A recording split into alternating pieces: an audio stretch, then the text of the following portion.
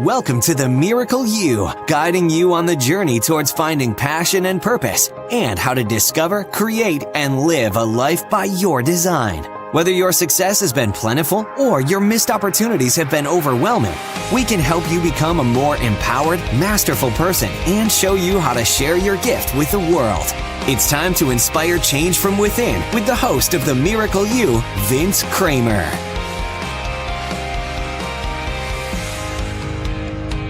Hello, imagination. I'm Vince Kramer, your host, and welcome to the Miracle You, where you learn about the magic of living your life by finding the example in real life. One of the main subjects or topics that we talk about on the Miracle You is about wake-up calls. And I've shared before, but I want to reiterate that we look at wake-up calls in two ways. First of all, it is an opportunity for us to see that there's something missing in our lives. There's more to our lives than we're living right now. Even when we think that our life is the best it can be, there's more out there for us. We're being called to expand and to grow. And as we expand and grow through understanding it's time to wake up with these wake-up calls, we really find that there's so much more to life and so many more opportunities for us to experience our joy, for us to experience what we're here to live and how we're here to live. Today's guest is going to share a couple things about wake-up calls. First of all, how her father really created, and she co-created with her father, a wake-up call to help her realize that she was living life by a set of rules that weren't empowering her, weren't honoring her in a way that she deserved to be honored. And it really helped her change her life. But she also talks about small little wake-up calls, and she actually calls them being brought back to center.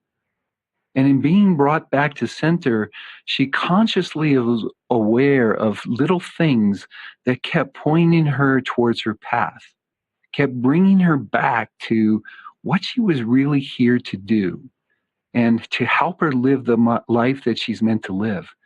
And now she's helping others by bringing her gifts and talents to the world in a way that truly makes a difference. Gorana is a multi-talented writer, director, business strategist, and president of CXO Crew International, LLC, and Maxim Films. Before starting CXO Crew, she was a consultant for a number of the biggest Fortune 500 companies. Gorana brings a unique and difficult-to-find combination of skills, knowledge, and experience that seamlessly blends strategy, experience design, and cinematic expression.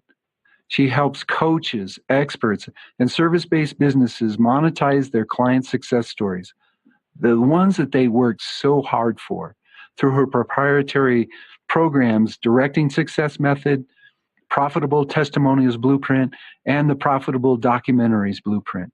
Her most notable contribution to film is a story structure for business documentaries that combines business promotion with creating awareness and movements around solving bigger social issues, the ones that are facing us today. She's also the host of Street Cred Show, which is available on iTunes, a best-selling co-author of Succeeding Against All Odds, and certified strategic intervention coach. Welcome, Gorana. It's so nice to have you here. Are you ready to share the miracle of you with the imagination? Yes, thank you, Vince, for having me. Such a pleasure. Oh, it's so exciting to have you here. I've been waiting and trying to get you on the show for quite a while. So it's really great. We're just getting started in the brand new year, and everything happens in perfect timing, right? So it's so good to have you. For sure.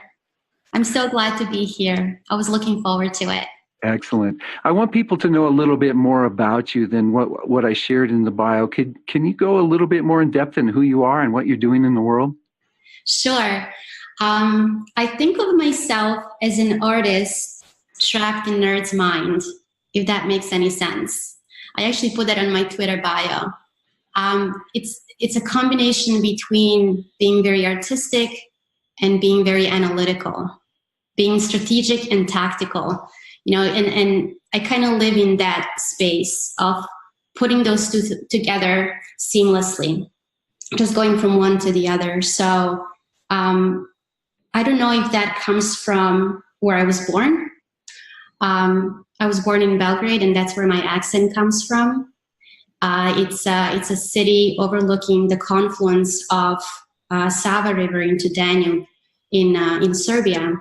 And back in the day, and I mean back in the day, east of the river was Byzantine, and west of the river was the Roman Empire, right? So there's east meets the west. So there's like that duality that I bring with me all the time. And then I'm ambidextrous. So I don't know if all of that kind of comes together like that. So I love to combine the art and the science into pretty much everything that I do.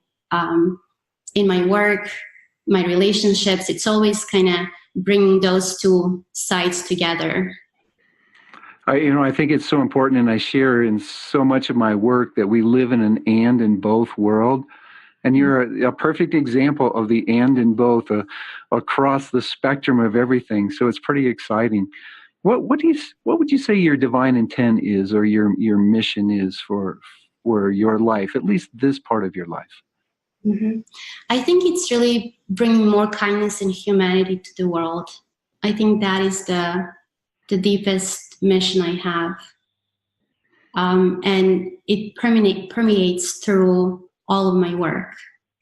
When I created, you mentioned Directing Success Method, it's about helping service businesses incorporate the points of view of their clients when they're designing how they deliver the results to them, so that they totally understand who that client is, what their intentions and obstacles are as they go through the process of working with them, so that you can create the experience for them that not only creates great results, but also make sure that they would be happy to renew. They would be happy to introduce you to other people that they really care about, not because they feel obligated, but because they really feel that those people will benefit. And I really believe that we're all responsible for our own experiences and the experiences of those around us. And I did a talk once about that, and that's my closing quote. And that sparked a conversation for another hour where everybody stayed and discussed, who is responsible for whose experience, so that was very interesting. But I believe we're all responsible for ourselves and everybody else around us, and then we take that one step further and say, okay, how do we tell a story about the client's success and the work that you're doing in the world, and how you're sharing your missions and how you're sharing your gifts with everybody. The world needs to know that. So that's the second part of my work is telling those stories about your client's success. So that actually where the strategy comes in, is how those stories would attract more ideal clients. How are those stories going to help you close more sales? How those stories can sell for you. And then the third one is taking that on a whole another level and exploding and really kind of and telling the stories as documentaries, like long form documentaries that have a whole another platform to go to, where you can link what you do to a bigger, and solving bigger social impact. So for example, if you have a person who is helping others with PTSD, can we tell a story about their work as it relates to veterans, our veterans that are suffering from PTSD? So there's a lot of opportunities there to create experiences for others and enhance your own as well. That leads me into my next question. And as you know, on the Miracle You, we talk about wake-up calls and things that we've experienced in our lives. What are some of the stories that brought you to where you are right now? My wake-up call story was actually watching my dad suffer from cancer. He was diagnosed in September He was 61 years old. And within 5 months, he was gone. And he just made 62. And he didn't get a chance to do anything. He didn't get a chance to go fishing, like everything that he saved money for, he didn't have a chance to do. So then I looked at myself and said, I'm 40, I guess I was 41 at the time. What am I doing? You know, I checked all the boxes. I got the big house. I got the car that I wanted. I got the business. I got this and that and the other. But what am I doing, really? So then I started looking and seeing what do I really want to do? And how do I want to make impact in the world? Wow. Thank you for that story. And I can feel the pain that's still there. And we know we have another angel in heaven looking down on us. So that's really so powerful to know. Let me ask you, as one of the things that I share with my own personal story is very similar to your father's, living the life that we were supposed to live, following all the rules that we were supposed to do. So when we got to that point where it was time to retire and time to live life the way we want, we had everything all built up. But there's no guarantees in life, and there's no promises that we're going to get to that point. And really, honestly, the first part of my life, I actually wasted a lot of me waiting for that time to come. Yeah. What helped you really discover that what you're doing right now is where you want to be? Oh, that's really interesting. It goes way back, actually, because I feel like the universe was always putting me back to center, and I was totally ignoring it for the most part over the years. And the earliest memory that I have was framing long shots along like cobblestone paved road, watching a woman in high heels trying not to get her heels stuck in between the stones. I was probably 2 or 3 years old. I was not framing long shots at 2 or 3. So I don't know where that came from, but that is the earliest memory that I have. And then I started acting when I was 9. I got my first job in National Theater in Belgrade on main stage at 16. That's a long story. But at that point, my parents had an intervention. Like, I knew I wanted to do film. I wanted to do storytelling. And I was going in that direction. And then my parents did an intervention because art doesn't pay bills. The odds of succeeding in theater are 0 to none, right? Like, so they sat me down. They said, what's your plan B? What are you going to do? And I said, well, this is what I'm going to do. And they said, no, you need a plan B, right? That's where the checking of the boxes comes in, right? Mm-hmm. And they said, all the women in our family are doctors and all the men are engineers. So what are you going to do? And I said, fine, I'll be an engineer. So I went to school for math and computer science, and I continued to work in theater. And then I moved to go to film school in Los Angeles, which now I consider my hometown because of the breakup of the Yugoslavia. And at the time, it was a very unfortunate time, actually, because the Civil War had just started. The sanctions were put on Belgrade, so I couldn't get my money out of the country. You couldn't do any business. So I couldn't pay for my school. And I had to drop out. So after that, I fell back on my plan B, which is to work in IT, be an engineer. I consulted for companies like AIG and the Hartford and number of 500 companies. But during that time, I always kind of went back to center. Like, I would make little films, or, I got a real estate license because I thought I liked real estate for 5 minutes. And instead of like trying to sell real estate, I would go to agents and I said, can I make a documentary about your listing? Maybe you can sell it faster or something. Can we do the HGTV thing for your listing? So it was like always coming back to center. And then I had a phone call with two of my friends, mastermind member friends, and we were masterminding, the three of us, on some stories that we wanted to include in our presentations. And I was working on a presentation. I told them my stories, and they said, "That's fine. They're good stories. But where are you? Where are you in that story? You know?" And I said, I kind of don't even want to tell those stories. I'm just telling them because I'm supposed to do this presentation, But I really want to do this other thing. And I told them my idea about business documentaries and about what I just shared with you, like going back to center, always going back to film.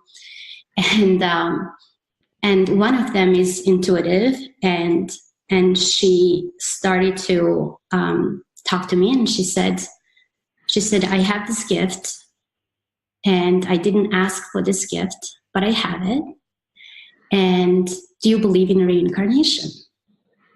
And I said, "Yes." And she proceeded to have a whole session with me. And she said, "No wonder that you feel this way, because you used to be a film director in your past life." And I thought, really? No, there's no proof one way or another, whether or not that's true, right? But I choose to use it as an inspiration. And from that point on, I said, all right, I can do this. And that's when I started Maximum Films. That's where I put together my programs to do the documentaries. And that's how I got here. So would you consider that a miracle in your life? Just that Yes. moment where you were brought together with that intuitive? Yes, absolutely. Because it just brought me to tears. It was like, I got so emotional, I couldn't control it. I was like, the tears were like running down the cheeks. Thanks for sharing that. Really connecting. Thank you so much for sharing that. So one of the things that you just brought up that I want to highlight is the fact that when we get to a place where the emotions of excitement, the emotions of joy, and sometimes even the emotions of release just start flowing, that's a huge sign for us. And really an opportunity, I think, when the door has been cracked open and now the chance to step through it is there. So first of all, thank you for stepping through it.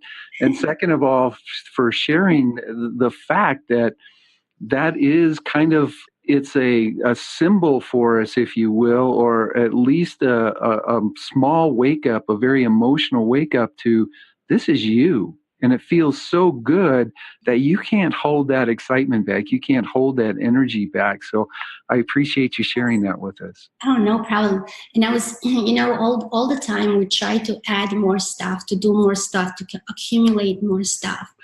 But at the end of the day, it's all about stripping down to who you really are. It's not adding more to it. It just clutters it up. You just have to go back to who you are on the very core level. And then when you find yourself, things start flowing in and out of your life. So the clutter doesn't happen anymore, but it doesn't mean you're not experiencing all those things that, one, you want to experience, but two, that you deserve to experience. You deserve that miracle life. So it's so powerful that you shared it with us. Yeah, and I think sometimes we get sidetracked too, because your thing comes so easily, whatever that is for you, it just comes so easily to you. And we've been conditioned to think that work is hard, that it has to be hard. And so when you do your thing, whatever that is for you, it feels easy and light. And therefore you shouldn't be making money with it, or it shouldn't be this easy, And that sometimes clutters plays tricks on your mind sometimes, Well, the rules that we have, right? Work has to be difficult. You can't make money at the things that you enjoy doing. So many things that we've been taught through our lives, and especially for those of us that have come from older thinking environments, or older thinking parents, or In my Mm-hmm. case, my grandfather was there to help me learn all the rules along the way, and very Yeah. similar to the rules that you've learned. Our Mm-hmm. definition of miracle is through an act of love, sharing your gifts and talents with others so they can share theirs. Tell us about the miracles that you're sharing in your life. Give us some examples. Well, my miracle work really where I come together, like I said, it's combining the art and the science and living on that slipstreams, so to speak, is to tell stories about people and what they were able to accomplish with other people's help, because it just doesn't happen by accident. You know, if somebody has a problem, there's always somebody to help with the solution. So to be able to tell those stories, I think is really important, not only to, from a business perspective, to promote somebody who helps others, but to share to other people what's possible. So I think not sharing those stories is disservice to others who are suffering, who need somebody to help them. And that somebody could be you. And so I think that's really important. So that's my contribution to sharing it and just making a ripple effect out there. So I'm going to ask you for two examples. Can you give me an example of someone that was there to help you, Mm-hmm. and then someone that you were there to help? Okay. The person that I was able to help would be my daughter. Just to give her confidence to go after what she's looking to do. And just to teach her that she can be herself. She can go for what she wants. And she's just applying to colleges now. She got accepted through 6 out of 7 that she applied. She's waiting for the last one in April, which is her stretch school. So to see her get to a point of like, yes, I'm going for what I want, I think it's really special. And somebody who have helped me, I would say, is my grandfather. Much like your story. I grew up with my grandparents until I was 13. And he had taught me integrity. And actually a lot of other things, but the most important is integrity. And I just can't thank him enough for doing that. And once again, the stories that you've shared with me brings up a point that's so important.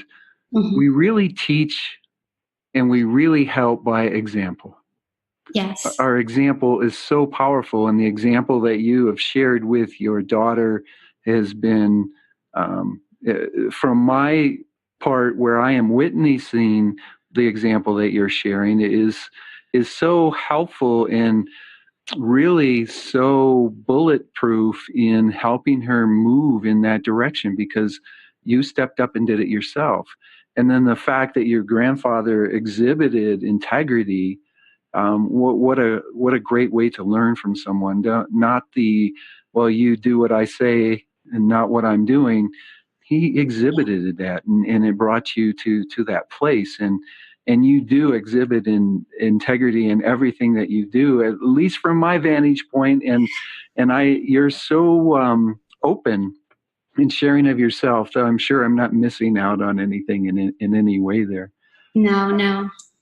I know you've got a big project going on right now, and I want the imagination to send you all the collective energy to help this all happen. So could you tell us about the project that you're working on? Sure. The project is called The Heart Experience. It is a documentary film about homeless kids in LA and what we can do to help them. And it's in collaboration with the Love Foundation. It's a nonprofit based in the heart of Hollywood. And they help kids get off the streets every single day. So what we want to tell with this story is how we all need to open our hearts. The heart experience is towards everybody else, who is witnessing this homelessness crisis. We're focusing on the homeless youth, but there's so many people, like in Los Angeles alone, there's 53,000 people who are homeless. It's a huge, huge problem.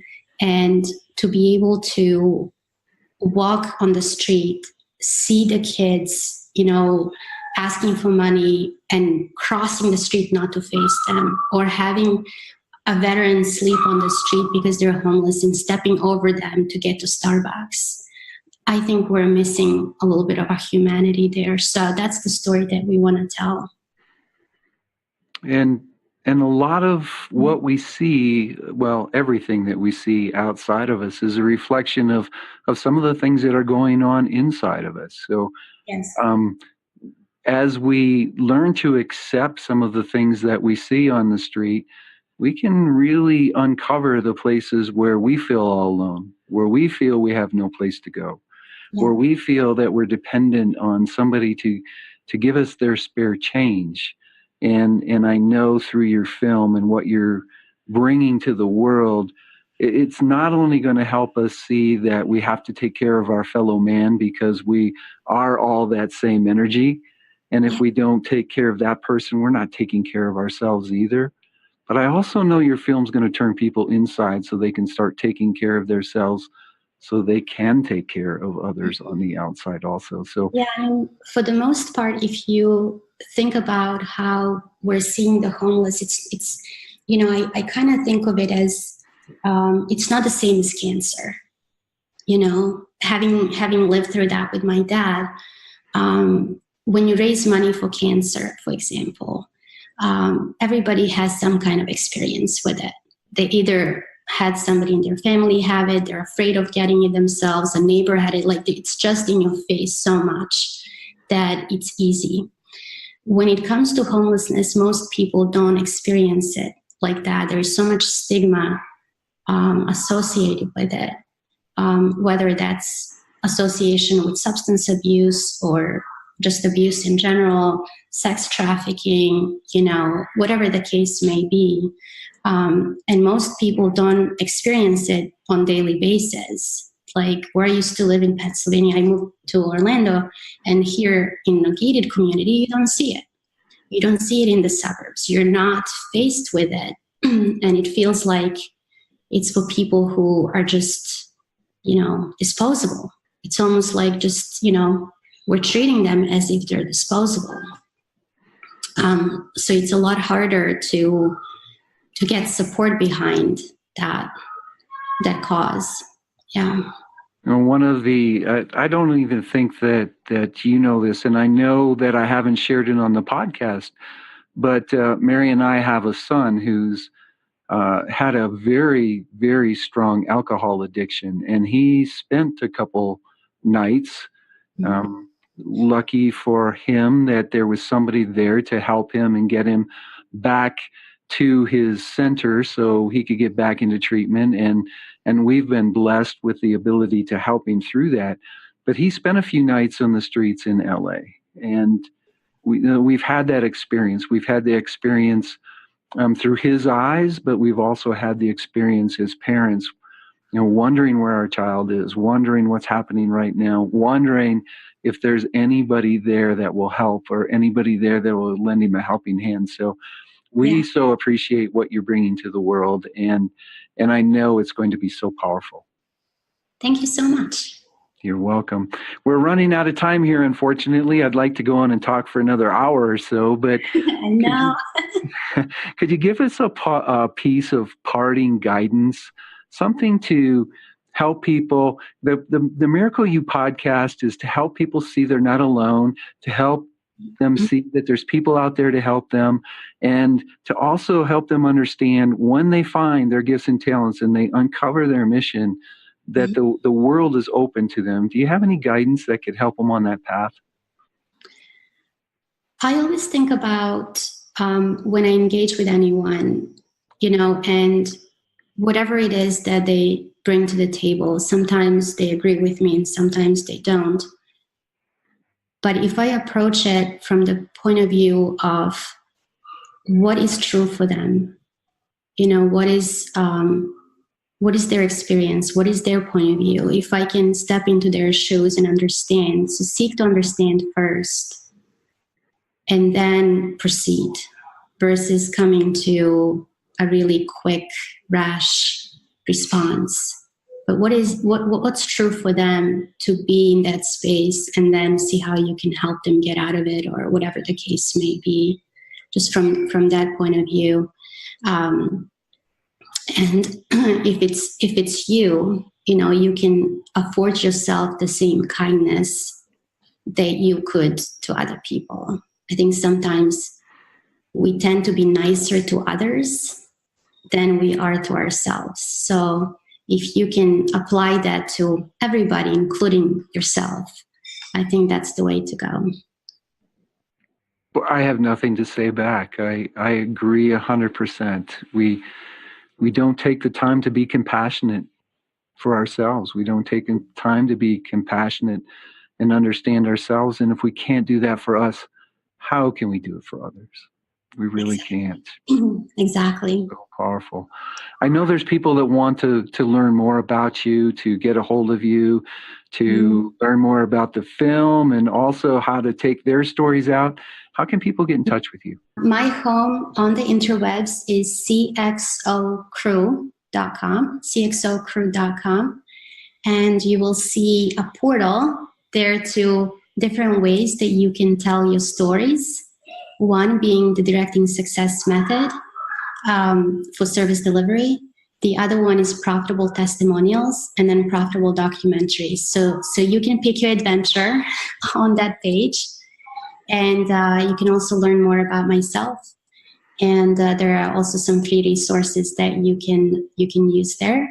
I build a checklist, for example, of how to take your ordinary testimonials into client success stories that sell for you. So if you're in business, that would be a good place to go. That's at cxocrew.com/checklist.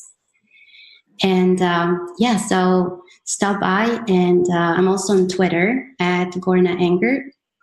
So make sure you stop by and connect. And this was so much fun. Excellent. And all that information will be available for you on the show page. We'll make sure that you've got everything that you need to get your checklist, to learn about the adventures. And I'll be honest with you, I can't think of a better guide on an adventure like that than you. So you don't want to miss out on it, folks. You really want to take the opportunity, go to the show page, find that information, and get a hold of Gorana. Thanks. You're welcome. You're so welcome. Thank you for joining me today. On behalf of Mary, my business partner, and my wife, as you know, we want to wish you a very miracle day.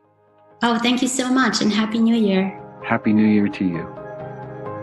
You've completed this episode of The Miracle You, but we have plenty more to help you discover your own personal passion and purpose.